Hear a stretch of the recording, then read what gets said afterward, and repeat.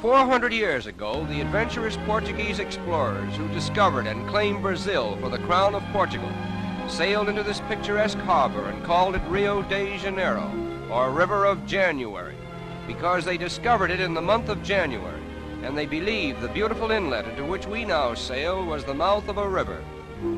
As we pass within the shadow of this gigantic promontory, known as Sugarloaf, we wonder if the white men who first saw it could have dreamed that it was destined to become the mighty sentinel of an enchanted metropolis with a population of over 1 million inhabitants and a reputation of being the most magnificent city in the world.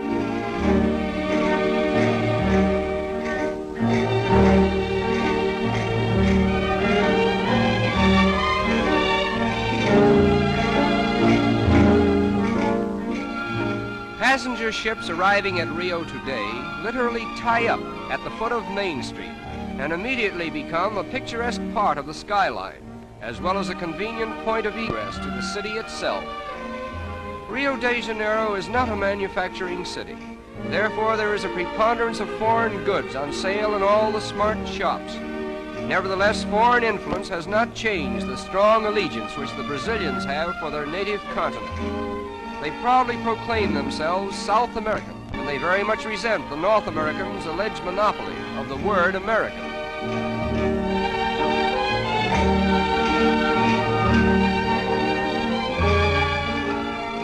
The period from 1902 to 1906 witnessed the wonderful transformation from the old to the new Rio, a comprehensive project so boldly conceived and brilliantly executed that there is hardly a landmark of the old city to be seen in the metropolis today.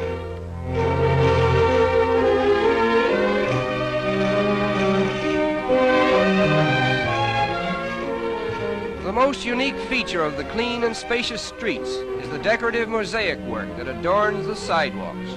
Almost every block has a pavement with patterns so individual in design that one could find his way about the city by becoming familiar with them.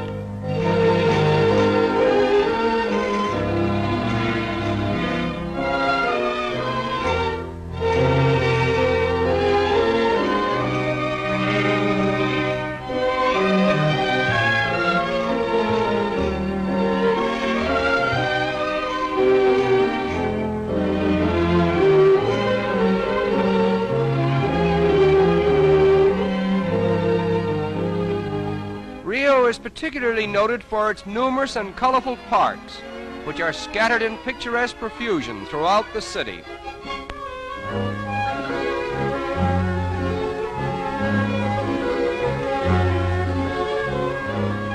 In 1808, the King of Portugal was forced by Napoleon to abandon his country and re-establish his throne in Brazil. When he arrived in Rio, he brought with him, among other things, the first tiny sprouts of the famous royal palms, which he planted here. It was decreed that only members of the royal family might have the privilege of cultivating this particular species of tree. But time and nature have overruled the regal command, and the royal palms that were meant to be the exclusive property of Portuguese royalty are now the common heritage of all Brazil. The outstanding landmark of Rio is Sugarloaf Mountain, and from whatever angle one may view it, it forms a most impressive picture.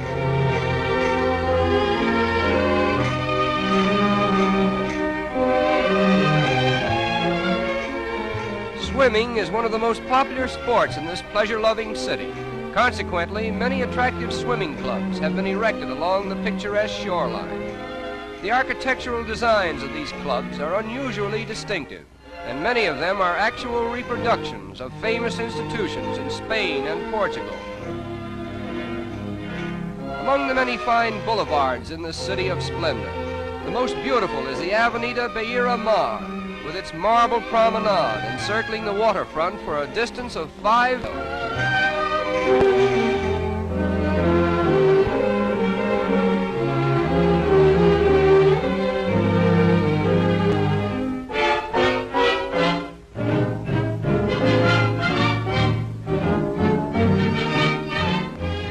As in most countries of South America, the color of one's skin does not always determine one's social standing.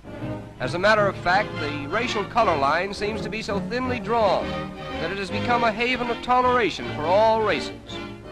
Nevertheless, the Portuguese language still prevails.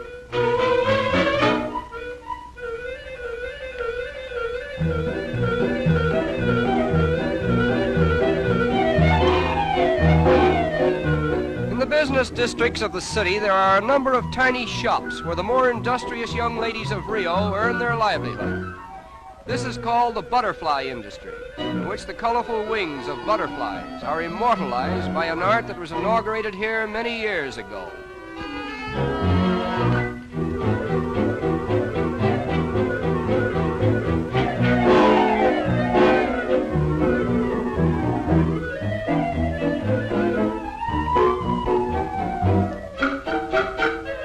The design is first painted on glass, and the delicate butterfly wings, which have been carefully assorted for their best colors, are cleverly worked into the design and held in place by adhesive tape. Another layer of glass is finally placed over the tape, and the wings, thus preserved, will hold their lifelike colors indefinitely. There are over 700 different species of butterflies in Brazil, and they are much larger and more colorful than those of North America and Europe.